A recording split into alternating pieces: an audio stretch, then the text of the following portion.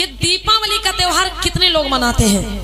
हाँ हाथ उठाइए आराम से, सब लोग मनाते हैं। अच्छा ठीक, हाथ नीचे कर लीजिए। अच्छा, दीपावली में जो पूजा होती है लक्ष्मी गणेश जी की, वो पूजा कितने लोग करते हैं? वो लोग हाथ उठाएं।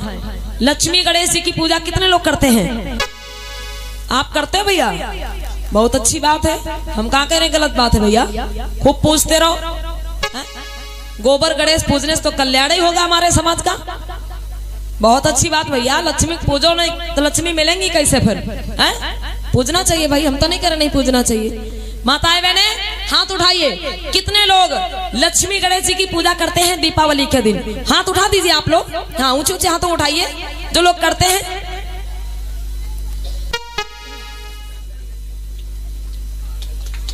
बहुत बहुत धन्यवाद मम्मी जी को। एक बार जोरदार तालियां मम्मी जी के लिए भी बजा दीजिए। देखिए माताएं बहने, अच्छा, जो दीपावली का त्योहार आता है, दीपावली का त्योहार क्यों मनाया जाता है? देखिए, इसमें किसी की निंदा वाली बात नहीं है। ये कोई मत समझे कि किसी की निंदा की जा रही है। जो हकीकत है, जो सच्चाई है, वो आप लोग समझे। अगर इच्छा हो तो माने और ना इच्छा हो तो मत माने। कोई जबरदस्ती थोपा नहीं जा रहा कि आपको मानना ही है। अगर आपको सही लगे तो माने और सही ना लगे तो कोई बात नहीं, यहीं पे भुला दीजिए, यहीं पे छोड़ के चले जाइए, कोई दिक्कत नहीं है। दीपावली का जो त्योहार है, लोग कहते हैं कि दीपावली का त्योहार क्यों मनाया जाता है? इसलिए क्योंकि इस दिन भगवान राम 14 वर्ष का वनवास पूरा करके पहली बार अयोध्या आए थे। मतलब भगवान राम 14 वर्ष का वनवास पूरा करके अयोध्या आए थे और उस दिन अयोध्या वासियों ने खुशी में घी के दिए जलाए थे और तभी से दीपावली की शुरुआत हो गई। चलिए ठीक है, इस बात को मान लेते हैं कि दीपावली की शुरुआत यहीं से हुई। अगर निबंध लिखने को आता है तो यही लिखा जाता है। बहुत बहुत धन्यवाद मम्मी जी को। ध्यान दीजिएगा, अगर निबंध लिखने को आता है तो यही लिखा जाता है कि हाँ, दीपावली की शुरुआत कहां से हुई? भगवान राम 14 वर्ष का वनवास पूरा करके अयोध्या लौटे थे। अयोध्या वासियों ने खुशी के मारे घी के दिए जलाए, तब से दीपावली की शुरुआत हो गई। बहुत अच्छी बात। लेकिन विचार करिए आप लोग भैया, दीपावली के दिन पूजा किसकी होती है? लक्ष्मी और गणेश जी की।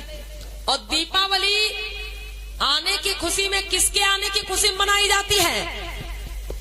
राम और सीता और लक्ष्मण जी के। मतलब दीपावली मनाई जाती है राम के आने की खुशी में। और इस दिन पूजा किसकी होती है? लक्ष्मी और गणेश जी की।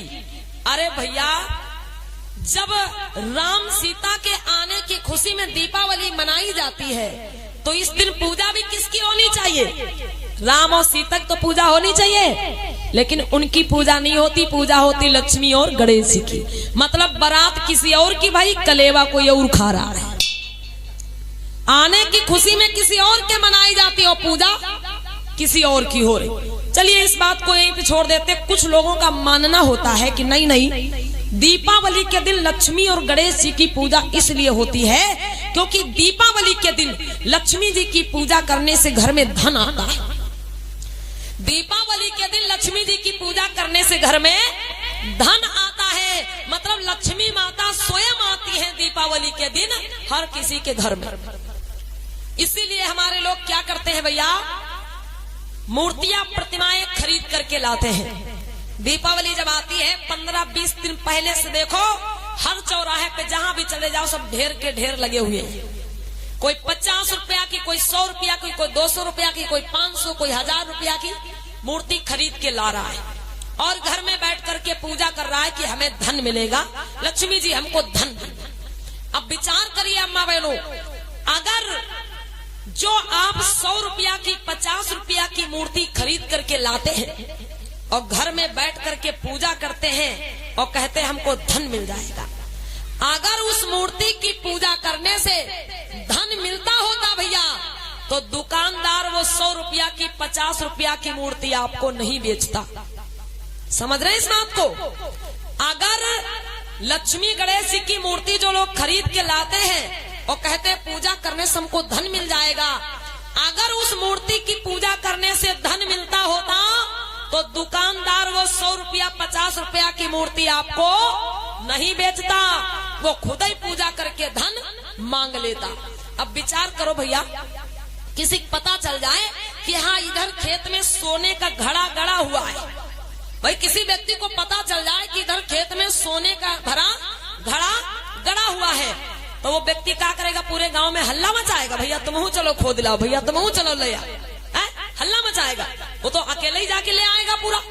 तो अगर लक्ष्मी गणेश जी की पूजा करने से, अगर उस मूर्ति को घर में लाने से उससे धन बरसता होता तो दुकानदार वो 100 रुपया 50 रुपया की मूर्ति आपको नहीं बेचता, वो खुद ही पूजा करके धन मांग लेता। मतलब असली लक्ष्मी तो आप वहां दे आते हो, असली लक्ष्मी जो आपके पास है उसको आप दे आते हो, और मिट्टी पत्थर ले आते हो घर में और कहते हो इनकी पूजा करने से धन बरसेगा। कितना बड़ा अंधविश्वास है। आगे विचार करिएगा, हमारे लोग घर में बैठे हुए हैं, पूजा कर रहे हैं, हाँ लक्ष्मी जी हमारे घर आएंगी, लक्ष्मी जी हमारे घर आएंगी, लक्ष्मी जी हमारे घर आएंगी। लेकिन एक बात पे अम्मा बहनों विचार कर लीजिएगा, लक्ष्मी जी की सवारी क्या है? लक्ष्मी जी की सवारी है उल्लू। लक्ष्मी जी की सवारी क्या है? उल्लू। अब आप लोग बताइए, दीपावली के दिन कितना भी कोई गरीब आदमी हो भैया, कितना भी कोई गरीब आदमी हो, हर किसी के घर में ज्यादा से ज्यादा लाइट होती। आजकल दीपक और मोमबत्ती का काम ही खत्म, सब इलेक्ट्रॉनिक सुविधा है, बढ़िया चमकदार बल्ब जल रहे हैं, छत से लेकर के नीचे से लेकर के हर जगह। मतलब कितना भी गरीब आदमी हो उसके घर में खूब उजाला ही उजाला होता है। आप लक्ष्मी जी की पूजा कर रहे हो घर में बैठ के, लक्ष्मी जी को बुला रहे हो और एक तरफ आप घर के चारों तरफ लाइट ही लाइट जला के बैठे हो, और भैया लक्ष्मी जी जो है ना उनकी सवारी जो है उल्लू, वो उजाले से मजबूर है। उल्लू को उजाले में दिखाई देता है? बताइए आप लोग, उल्लू को उजाले में दिखाई देता अम्मा बहनों? नहीं दिखता है। तो फिर तुम कैसे कह सकते हो लक्ष्मी जी हमारे घर आएंगी? अरे घर में बैठे पूजा कर रहे हो और घर के चारों तरफ आपके उजाला जल रहा है, अगर लक्ष्मी जी आएंगी भी ना, उनकी सवारी को दिखाई नहीं देगा उजाले में, तो वो आएंगी कैसे? और दूसरी बात भैया, दीपावली के दिन गोला पटक्का तो खूब ही दगत, और उल्लू हो चाहे कोई पक्षी हो, गोला पटक्का तो बहुत ही डरात भैया। दीपावली के दिन गोला पटक्का तो खूब ही दगते, और उल्लू हो कोई पक्षी हो, गोला पटक्का बहुत डरता है। अब आप एक तरफ घर में उजाला जला के बैठे हो, उनकी सवारी को दिखाई नहीं देगा, और एक तरफ आपके घर में द्वारे पे भाई खूब गोला पटक्का दग रहे हैं, उल्लू गोला पटक्का की आवाज सुनेगा, आएगा ही नहीं। अब बताओ लक्ष्मी जी कैसे आएंगी तुम्हारे घर? कैसे आएंगी बताओ? तुम पूजते रहो, धन कभी नहीं मिलने वाला। लक्ष्मी जी आएंगी, पता किसके घर आएंगी? मुसलमान भैया के घर आएंगी। काहे? क्योंकि वो लोग तो दीपावली मनाते नहीं भैया, मुसलमान भैया लोग तो दीपावली मनाते नहीं, और उनके घर में होगा अंधेरा, और लक्ष्मी जी का हेलीकॉप्टर सीधे जाके उन्हीं के घर में उतरेगा, क्योंकि अंधेरे में भैया उल्लू को बिल्कुल साफ दिखाई देता है। अंधेरे में उल्लू को बिल्कुल साफ दिखाई देता है, और उजाले में उसको नहीं दिखाई देता। वो लोग बिना पूजा किए धनवान हो जाएंगे, और तुम बुलाते रहो लक्ष्मी जी नहीं आने वाली। कैसे आएंगी भाई? जो चीज खतरा है उसको तुम जला के बैठे हो, तो कैसे लक्ष्मी जी आ जाएंगे? बताइए आप। तो प्यारे बंधुओं, पूजा करिए। पूजा का मतलब ही होता है पूरी जानकारी। पूजा का मतलब क्या होता है? पूरी जानकारी। उसके बारे में पहले पूरी जानकारी कर लीजिए। अब बुला रहे हो लक्ष्मी जी को, तो भाई अपने घर में अंधेरा रखो, क्योंकि अंधेरे में दिखाई देगा उनकी सवारी को, उजाले में दिखाई नहीं देगा तो आएंगी कैसे वो? इसलिए माताओं बहनों देखिए, त्योहार का मतलब मैंने अभी क्या बताया, त्योहार का मतलब होता है तुम्हारी हार। त्योहार का मतलब ही होता है तुम्हारी हार। ये जितने भी त्योहार हैं, त्योहारों को नहीं मनाना है। अगर आपको मनाना है तो पर्व मनाइए। पर्व आपके कौन से हैं? 14 अप्रैल बुद्ध पूर्णिमा, विजयदशमी, माघ की पूर्णिमा, ये पर्व है आपके। आषाढ़ की पूर्णिमा, ये पर्व है आप लोगों के। इन पर्वों को मनाइए माताओं बहनों। और बाकी जितने ये त्योहार आप लोग मनाती है ना, ये त्योहार आप लोगों के हैं ही नहीं। ये त्योहार इसीलिए बना दिए गए ताकि हमारे लोग इन्हीं त्योहारों में उलझे रहें और अपने बारे में कबहू कुछ ना सोच पावे। क्योंकि हर महीने में एक त्योहार आता है, एक त्योहार गया तो दूसरा आने वाला है। अब हमारी माताएं बहनें क्या करती हुए त्योहार की तैयारी हम लगी रहती। हाँ भाई, करवा आने वाला, बिटिया के यहाँ करवा ले जाना है। रक्षाबंधन आने वाला, अरे भाई राखी लेके जाना है। भैया दूज आने वाली, अरे भैया दूज लेके जाना है। मतलब इन्हीं तीज त्योहारों में व्यक्ति उलझा रहता है। जितना लोग कमाते हैं उससे ज्यादा इन्हीं तीज त्योहारों में खर्च हो जाता है, लेकिन लोग समझ नहीं पाते। रक्षाबंधन आता है अम्मा बहनों, रक्षाबंधन। अब रक्षाबंधन में हमारे समाज का करोड़ों रुपया जाता है। कैसे करोड़ों रुपया जाता है पता अम्मा बहनों?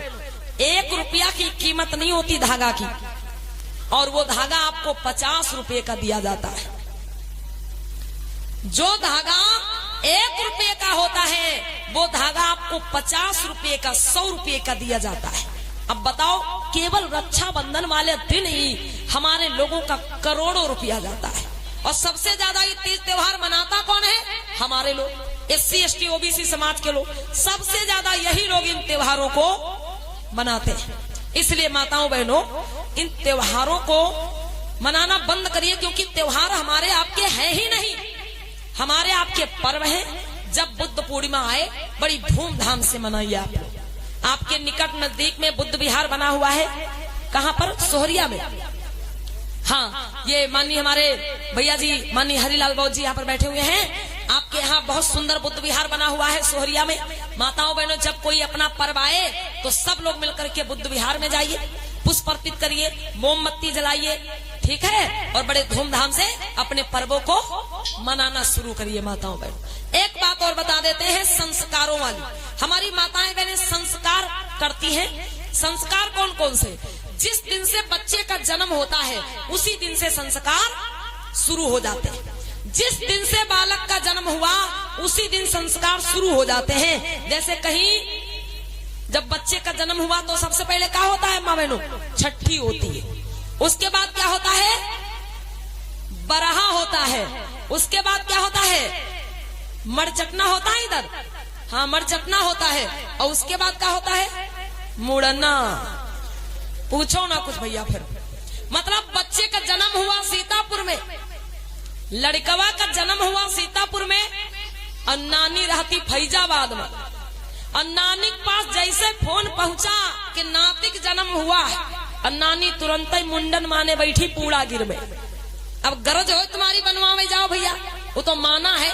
अब माना है तो फिर बनवाने जाना है।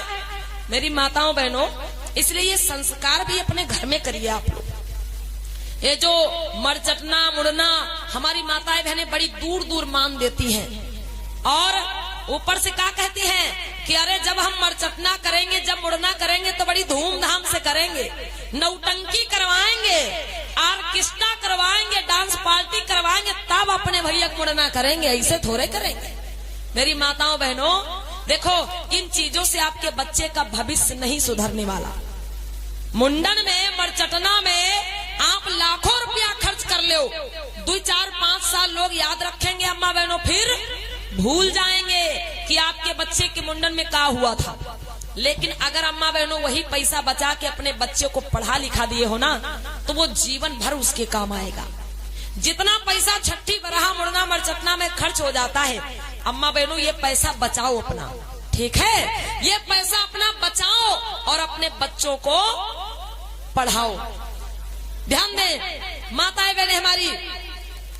और एक चीज माताओं बहनों, ये जो संस्कारों की बात चल रही है, मुड़ना मरचटना की बात चल रही है, माताएं बहनें हमारी ध्यान दें इधर। अब की बार नवरात्रि में, अब की बार नवरात्रि में कितनी ट्रालियां पलटी हैं भैया लोग हमारे इधर। आप लोगों ने तो यूट्यूब पर फेसबुक पर देखा होगा। अब की नवरात्रि में कितनी ट्रालियां पलटी हैं। और वो ट्रालियां कहाँ जा रही थी? हाँ जी अंकल। अच्छा, क्या नाम भैया आपका? राजकुमार। भाई एक बार जोरदार ताली बजाइए हमारे राजकुमार भैया जी के लिए। बहुत बहुत धन्यवाद है। ये भैया जी ने जो अंधविश्वास अपने गले में बांध रखा था, इससे भैया हमारे मुक्त हो गए। एक बार जोरदार ताली भैया के लिए बजा दीजिएगा। माताओं बहनों, इसी का नाम है परिवर्तन। जब इन चीजों से आप मुक्त होंगे तभी आप बाबा साहब भगवान बुद्ध के अनुयायी कहलाएंगे। और अगर इन अंधविश्वासों में पड़े रहेंगे तो फिर आप भगवान बुद्ध बाबा साहब के अनुयायी नहीं हो सकते, ये समझना। तो अम्मा बहनों, जो संस्कारों की बात चल रही है अभी तक, सुन ले आप लोग 2-4 मिनट और। जो संस्कारों की बात चल रही है अभी तक, तो ये संस्कार अम्मा बहनों अपने घर में करिए आप लोग। जो भी मुड़ना मरचपना जो भी होता है ना, ये घर में करिए। अभी नवरात्रि में कितनी ट्रालियां पलटी हैं। एक ट्राली इधर लखनऊ के पास इटौंजा महोना के पास पलटी, उसमें कई लोग मर गए। एक 46 लोग मर गए, बताओ। एक ट्राली इधर कानपुर में घाटमपुर में पलटी, कानपुर में घाटमपुर में, उसमें भी 25-26 लोग मर गए। अब ध्यान देना अम्मा बहन, वो लोग कहाँ गए थे पता है? वो लोग मुंडन करवाने गए थे। अब मुंडन करवा के लौट रहे थे और रास्ते में ट्राली जाके तालाब में पलट गई। कुछ तो ट्राली के नीचे दब के मर गए, कुछ तालाब में डूब के मर गए। अब बताओ माताओं बहनों, अगर जरा भी शक्ति होती तो इतने लोग क्यों मरते? विचार करिए आप लोग, खुद विचार करिएगा। अरे भाई, वो लोग तो देवी मैया के दरबार में गए थे और जब वापस आ रहे थे तो उनको सुरक्षित भाई उनके घर पहुंचाना चाहिए था, लेकिन बेचारे रास्ते में सब मर गए। तो ये चीज समझना है अम्मा बहनों, जब ये संस्कार आप लोग अपने घर में करेंगे तो कम से कम जान तो बची रहेगी। अगर ये संस्कार आप अपने घर में करेंगे तो कम से कम आपकी जान तो सुरक्षित रहेगी। ये चीजें माताओं बहनों आप लोगों को समझना है। तो ये जो भी आप संस्कार करती हैं अपने घर में करें मेरी माताएं बहनें, इधर उधर दूर दूर कराने के लिए ना जाएं, क्योंकि ये जो सर के बाल होते हैं ना, ये कोई प्रसाद में मानने वाली चीज नहीं होती बहनों। अगर कोई अपने बच्चे के बाल मुंडवा के और आपकी देहरी पर रख जाए, दरवाजे पर रख जाए, आपको अच्छा लगेगा? अच्छा लगेगा? बताओ, बिल्कुल भी अच्छा नहीं लगेगा। अगर कोई अपने बच्चे के बाल मुंडवा के आपके द्वारे दरवाजे पर रख जाए, आपको अच्छा नहीं लगता है, तो आप दूसरे के द्वारे बाल रखाती भाई, उनको कैसे अच्छा लगता होगा? ये खोपड़ी के बाल भी कोई प्रसाद में चढ़ाने वाली चीज है? कोई मानने वाली चीज है? इन अंधविश्वासों से बाहर निकले मेरी माताएं बहनें, और जितना पैसा इन चीजों में खर्च करती ना, वो पैसा बचा के अपने बच्चों को पढ़ाइए। छठी बरहा मुड़ना मरचपना में लाखों रुपया लोग खर्च कर देते हैं। मतलब जब तक बच्चा 5-6 साल का होता है तब तक लाखों रुपया खर्च कर देते हैं, और जब बच्चा के ऊपर पैसा खर्च करने की बारी आती, जब बच्चे को पढ़ाने लिखाने का नंबर आता है, तब पैसा नहीं है। तब सरकारी स्कूल में नाम लिखा दिन भैया जाओ और खिचड़ी खाओ, तब पैसा नहीं है। मतलब मुड़ना मरचपना के लिए कर्जा ले लेंगे भाई, दिल्ली पंजाब लुधियाना कमाने चले जाएंगे। अरे हमको अपने भैया का मुंडन करवाना है, बड़ी धूमधाम से नौटंकी करानी, उसके लिए बाहर कमाने चले जाएंगे।